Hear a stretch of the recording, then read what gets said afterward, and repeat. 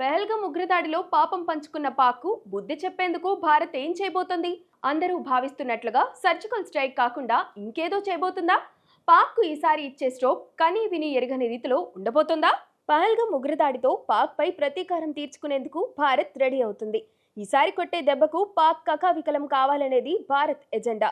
Surgical strike తో పాక్ ను భయపెట్టించినా దాయాది దేశం మారలేదు సరికదా, కవ్వింపు చర్యలకు దిగుతుంది. అందుకే ఈసారి గట్టిగా కొట్టాలని ఫిక్స్ అయింది.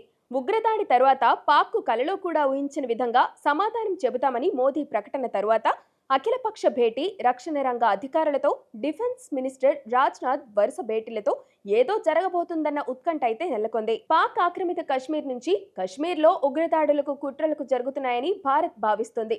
అందుకే పీఓకే స్వాధీనం చేసుకోవాలని అనుకుంటుంది. ఇప్పటికే ఈ అంశంపై కేంద్ర మంత్రి రామ్దాస్ అథవాలే స్పందించడంతో పాక్ ఉగ్రవాదాన్ని సమూలంగా నాశనం చేయాలంటే పాక్ ఆక్రమిత కశ్మీర్లో దాడులు చేయక తప్పదని క్లియర్గా అర్థమవుతుంది.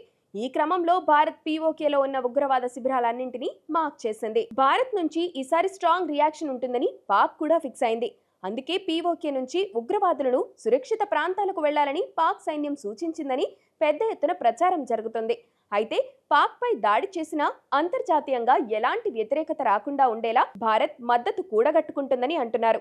అందుకే పాక్ పై ప్రతీకార చర్యలో కాస్త ఆలస్యం అవుతుందని, కానీ దెబ్బ మాత్రం అదుర్స్ అనే లెవెల్లో ఉండనుందని తెలుస్తోంది. ఇక ఇప్పటికే సైన్యం ఎలాంటి చర్యలకు సిద్ధంగా ఉందని, ఏ క్షణమైనా కేంద్రం నుంచి అనుమతి వస్తే పీఓకేలోకి దూసుకెళ్లేందుకు రెడీగా ఉన్నాయని తెలుస్తోంది.